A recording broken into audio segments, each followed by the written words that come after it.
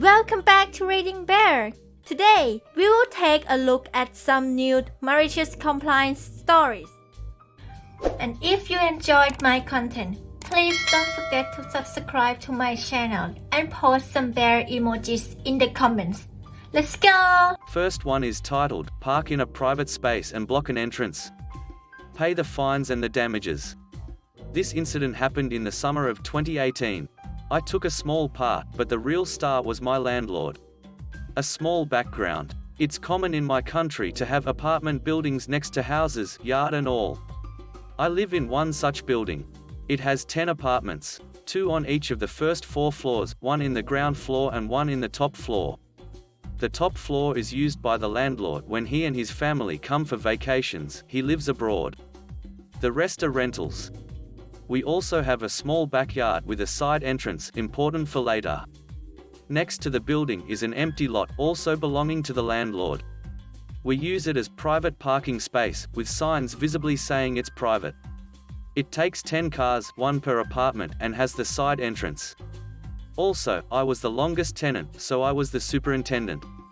My job was to be the liaison between the tenants and the landlord and communicate any problems and concerns to him. The problem started when the house across the street from us was sold. An lovely old lady used to live there, but when she passed away, the house fell on disarray, especially the large yard. The new owners were Ken and Karen, fake names, but lived up to the meme. They immediately began major renovations, which was acceptable.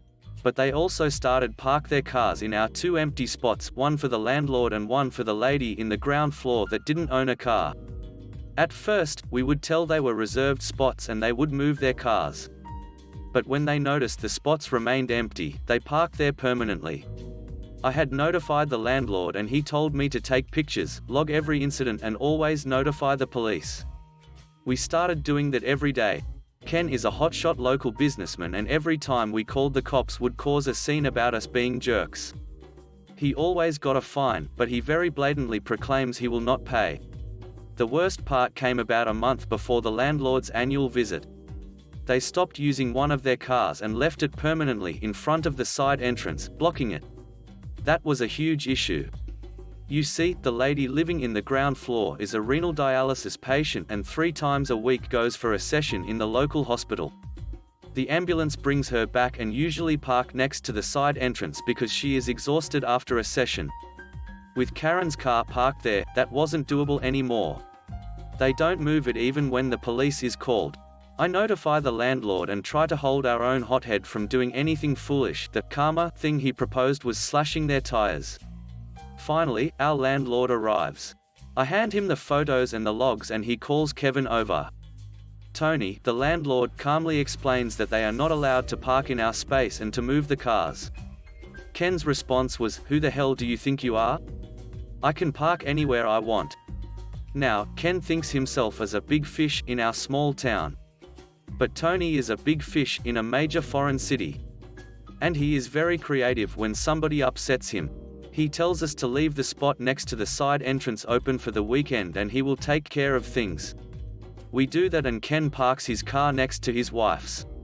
Sunday evening, a tow truck arrives and unloads an old Citroen DS, also known as the Frog, blocking both of their cars. Monday morning I wake by the buzzer and when I go downstairs, Ken and Karen are there. They are both livid. They can't move either car. Tony joins me, all smiles. Ken sees him and blows a gasket. He starts shouting and cursing. Tony, still smiling, replies, "I don't see a problem. My car is legally parked. What are you going to do about it?" Ken angrily gets into his car and reverses on the DS, crushing them both. Tony's smile became one of a shark. He immediately called the police. He pressed charges against Ken. The aftermath. Tony had legally bought the DS from his cousin that owns a car repair and restoration shop. The car was a restoration project and was insured. The court found Ken liable for the damage done. They also found out he was true to his word and hadn't paid any of the tickets. The fines for the tickets alone were almost €2,000.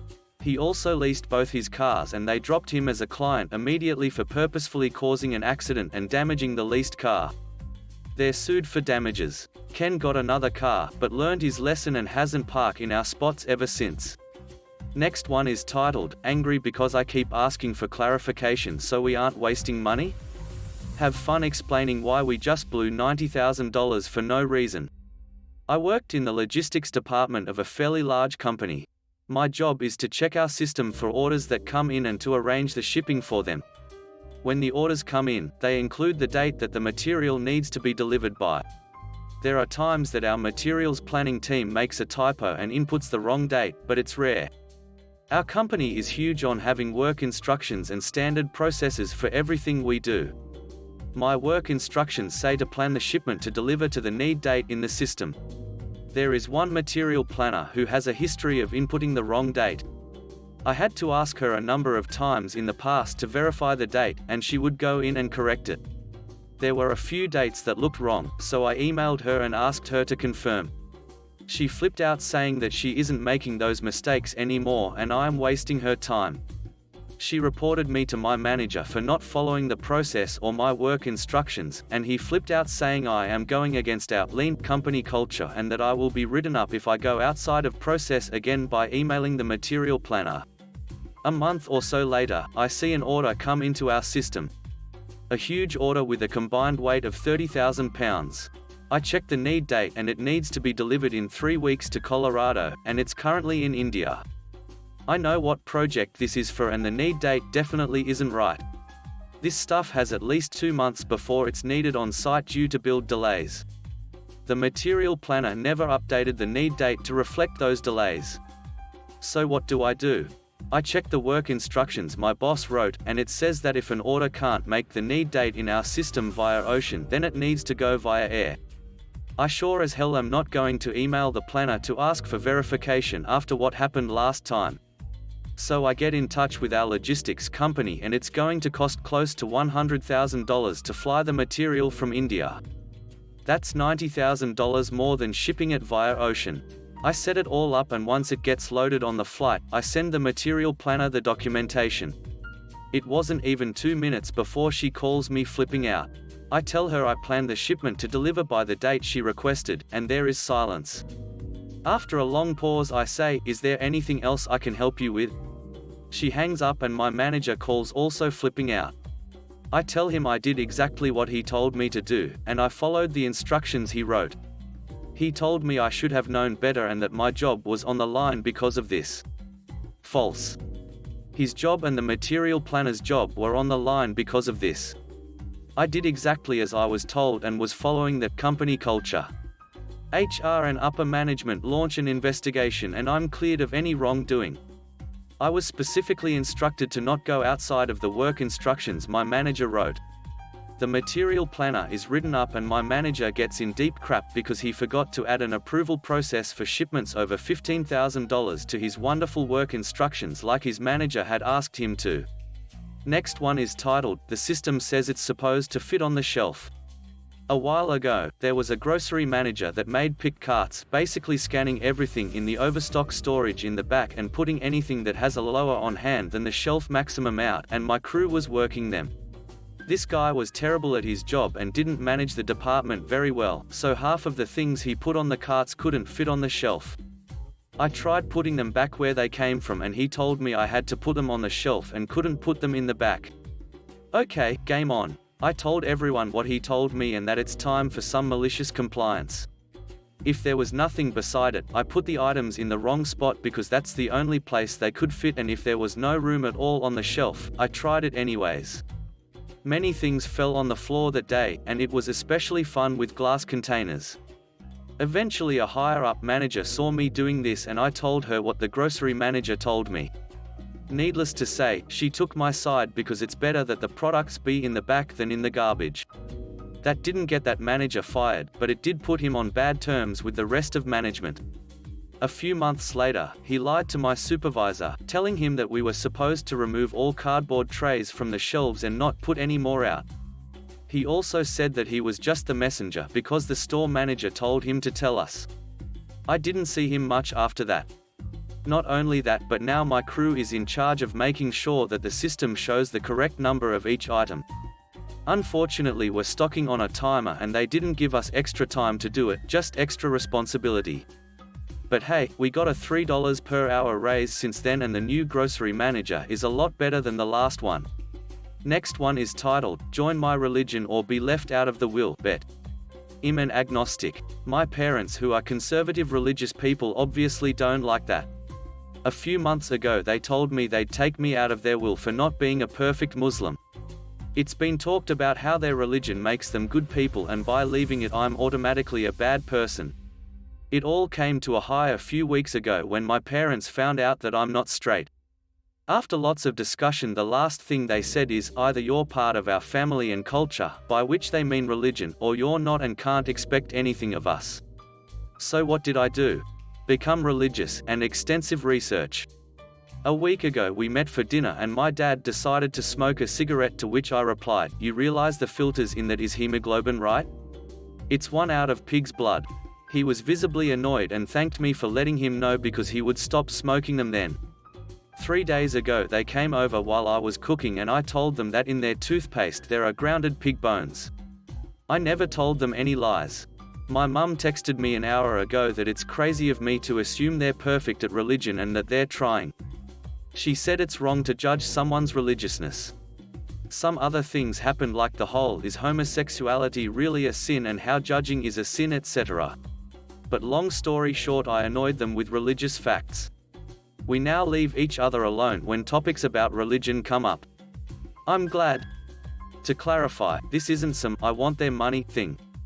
I would never cut them off because even with all their faults I love them and they love me. When I say will, I mean an apartment that I paid half for when my grandma, the owner, died. There are tons of important memories at that place. Edit, the cigarettes thing apparently isn't true anymore in most countries. But when you Google it in Germany, there are many sources saying it's still being used here. Next one is titled, Can't Leave Your Office Until I'm in Dress Code? Great, let's hang. I was almost 18 in my senior year of high school and I was, and still am, super into fashion. I got this great skirt that was admittedly short, but still pretty clearly within my school's dress code. Of course I had to show it off, paired with a completely opaque pair of black tights and some sturdy boots. Not an inch of my actual leg could be seen. I stepped out of the car as my dad dropped me off and stopped to straighten my skirt.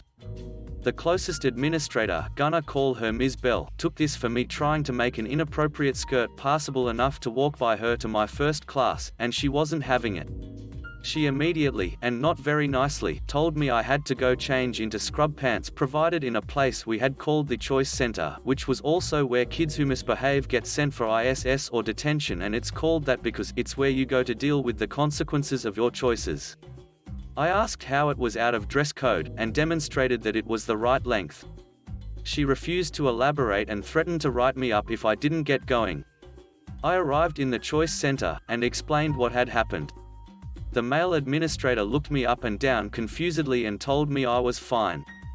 He sent me to my first class with a late pass and no scrubs. I guess he talked to Ms. Bell, or maybe she just really had it out for me, because no sooner than 15 minutes after I arrived in class did my teacher receive a call from the front office. You guessed it, it was Ms. Bell asking for confirmation that I had changed. My first period teacher knew nothing of the morning's events and told her no, I hadn't changed, but also that I didn't need to as I was within the dress code. That wasn't good enough. Ms. Bell sent someone to escort me to the office to meet with her personally. I made my way into Ms. Bell's office, where 2 other administrators were present. They didn't say a word while I was there, they just spectated. Ms. Bell informed me that I had interrupted the meeting she was having with them by not complying earlier, or something to that effect. I told Ms. Bell that my outfit had been approved and I didn't have any scrubs to change into because they weren't ever given to me, and she didn't buy it. Here's the malicious compliance you're waiting for. She insisted that I had scrubs in my bag to change into, and wouldn't look into my bag when I opened it to show her that I didn't. She told me, verbatim, to take off that skirt, put on the scrubs from your bag, and give me the skirt for safekeeping so I know you don't put it back on like you must have already. She told me I was wasting her time. I widened my eyes and dropped my backpack, feigning surprise and innocence. I raised my voice an octave. You want me to undress? You want me to take my clothes off and give them to you? Great choice of words, Ms. Bell. Without giving her a chance to respond, I unzipped the skirt and took it off right there. I had very little shame and a pretty strong distaste for authority, I will admit.